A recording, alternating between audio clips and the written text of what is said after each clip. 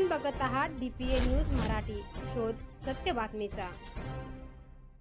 नाशिककरांवर पुन्हा पाणी कपात संकटात। नाशिककरांना रोजच मागवावा लागतोय पाण्याचा टँकर।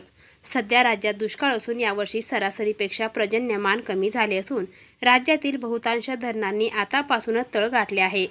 नाशिककरांना मात्र आतापासूनच पाण्याच्या समस्येला सामोरे जावे लागत आहे। नाशिकमध्ये अनेक भागांमध्ये रोजच कमी दाबाचे पाणी येत असून बऱ्याच भागांमध्ये नागरिकांना पिण्याचे देखील पाणी मिळत नाही। यासाठी नाशिककरांना स्वखर्चाने रोजच पाण्याचे टँकर मागवावे लागत आहेत।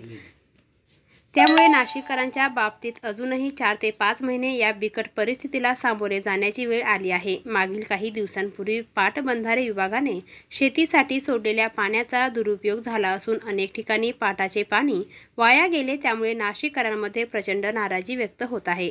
DPA न्यूजसाठी प्रतिनिधी विकास पाटील, पेठ रोड। ताज्या घडामोडी व अपडेट जाणून घेण्यासाठी आताच DPA न्यूज चॅनलला सबस्क्राइब करा आणि बेल आयकॉन क्लिक करायला विसरू नका।